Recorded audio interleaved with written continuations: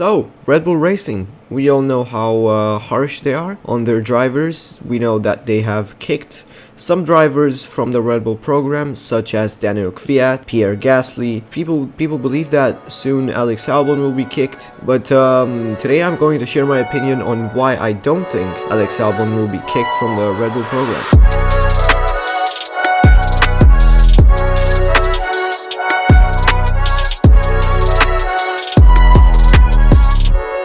But before I do that, let me just apologize to you guys for not uploading for many months. I don't know exactly how many months there have been since I have last posted something, but I know there's been quite a few of them. The reason why I haven't posted anything is because I just don't feel motivated enough to post anything in the slightest. I simply feel like nobody would want to watch what I do. And with all this time that I have, I just do nothing and sit in my chair, play video games, and occasionally post TikToks. By the way, if you guys want to see my TikTok account, I'll just put it on the screen right now. You can go follow me. I wouldn't mind that. That's where I've been a little bit more active than on my YouTube. Thank you. But yeah, I am sorry for making this longer than it should be. I'm sure you guys don't actually give a damn fuck about this.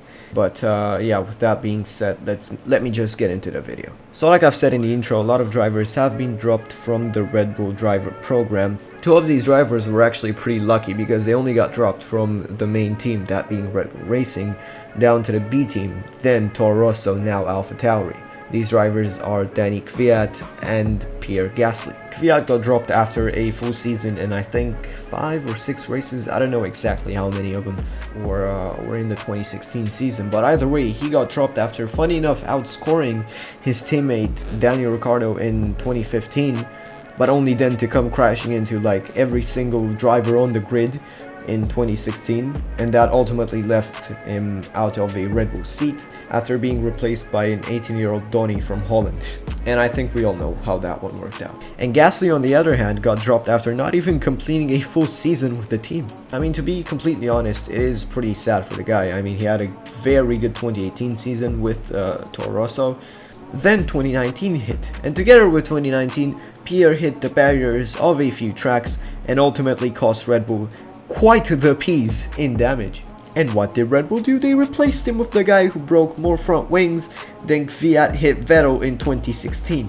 And the risk actually paid off because this driver named Alex Albon almost went on to get a podium in Brazil, and I'm saying almost because that podium got ruined by a pretty impatient boy. And to make things even better for Red Bull, the guy who got on the podium alongside Max and Lewis was none other than Pierre Gasly in a Toro Rosso.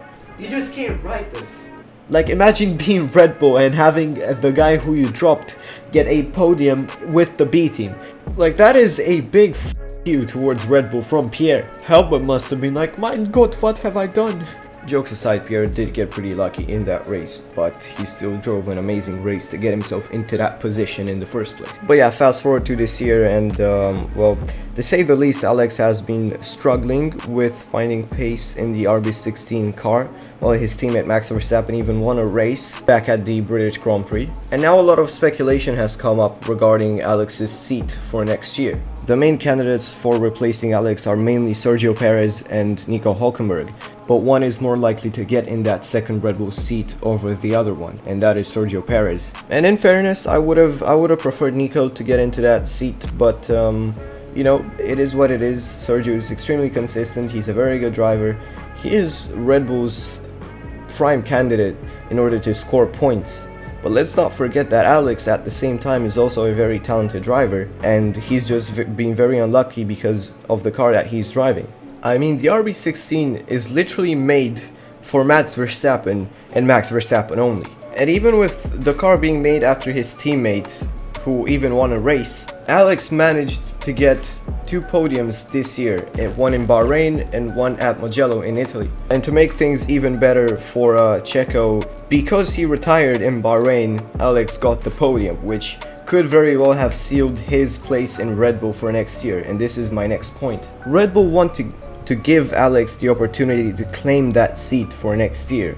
They want him to succeed. They see potential in him. He got 2 podiums this year with a car that is very difficult to drive and that is built around the other driver at the team, who in my opinion is the best driver on the grid right now, but that is a whole nother topic for a whole nother video. He showed flashes of brilliance, he showed flashes of his actual talent this year, apart from, yes, being out in Q1 twice, yes, getting bad results sometimes, but at the same time, he was there when they needed him, and that's exactly what they want him to do. They want that backup for Max.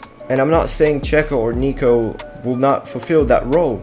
I'm saying that Alex is a very good candidate to do that at the same time, because he's younger, he has shown flashes of brilliance. We have seen him perform in 2019, he's almost getting a podium. We have seen him challenge for a victory at the Austrian Grand Prix. Again, if it weren't for Lewis to ruin his race, then he would have probably won, and he wouldn't have retired either way, because Lewis actually did damage to his car, which led to his retirement.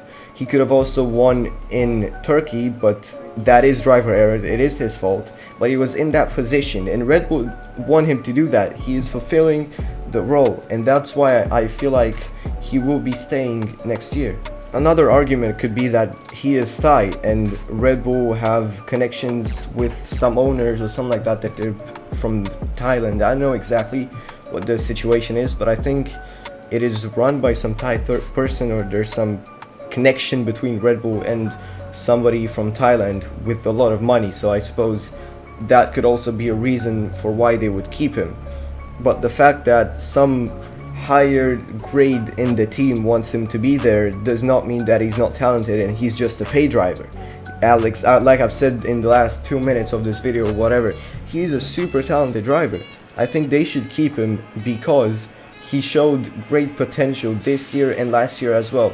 And all the people who jumped the gun last year to say that, oh, Pierre is trash, Pierre is just shit, he's so overrated, yada yada yada, they're now kissing Pierre's ass this year because he won a race and he performed super well. By the way, these are the same people who called Alex very good last year and now call him the worst driver on the grid by far. I even got a comment on one of my TikToks saying that this dude is by far the worst driver on the grid, which I totally disagree with. If that person is watching this video right now, I fully disagree with you. The guy has been compromised by his car this year and by Max's brilliance. Like, you just cannot get within 3/10 of the guy because that car is fully designed around him and because he is the best driver on the grid right now. Like I've said before, I think when it comes to Alex's seat and his place in Formula 1 as a driver, everybody jumps the gun and says, oh, he's the worst driver on the grid, oh, he's trash.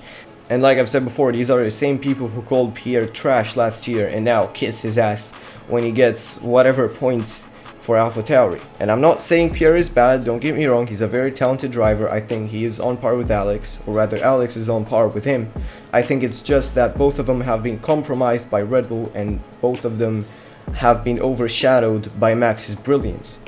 And with having said that, whatever we can do now is nothing apart from just sitting back, watching all the remaining races of the 2020 season and just see what happens in them. Christian Horner, the team principal of Red Bull Racing, has also made a statement regarding what their decision for next year regarding that second Red Bull seat will be. And I quote, "No decisions will be made until after the final race. Alex, we're giving him every opportunity. We want him to succeed. I think we were clear with that all along, and days like Sunday help him, but there's 2 further races and Sergio Perez is doing the best job that he can to ensure that he remains under consideration." This statement right here made me think that Red Bull do want to keep Alex, but if anything goes wrong with him in these 2 final races in Sakir and Abu Dhabi, Perez will be waiting outside the door and he will be gladly taking that Red Bull seat, because it is a wasted talent to have one of the most consistent, if not the most consistent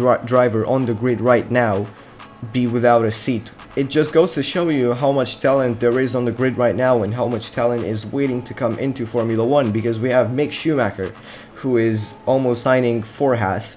Mazepin has been confirmed to drive for Haas this morning actually, and there is no more room left. I mean, I would have loved to see both Nico and Sergio still in F1, but sadly none of them have any place in here because of the young drivers that are in right now. And yeah, that is basically it for today. I hope you guys enjoyed this video. I hope you guys agree with my opinion. If you don't, please leave a comment. I would love to see what you guys think about this whole situation. I will try to respond to every single comment that is being put in this video, even though I don't think there will be many comments either, so I 100% respond to every single comment that is being taken. Yeah, remember to follow my socials, links in the description. There will be stuff on the screen, you can see them. And yeah, thank you guys so much for watching. Have a great day and peace.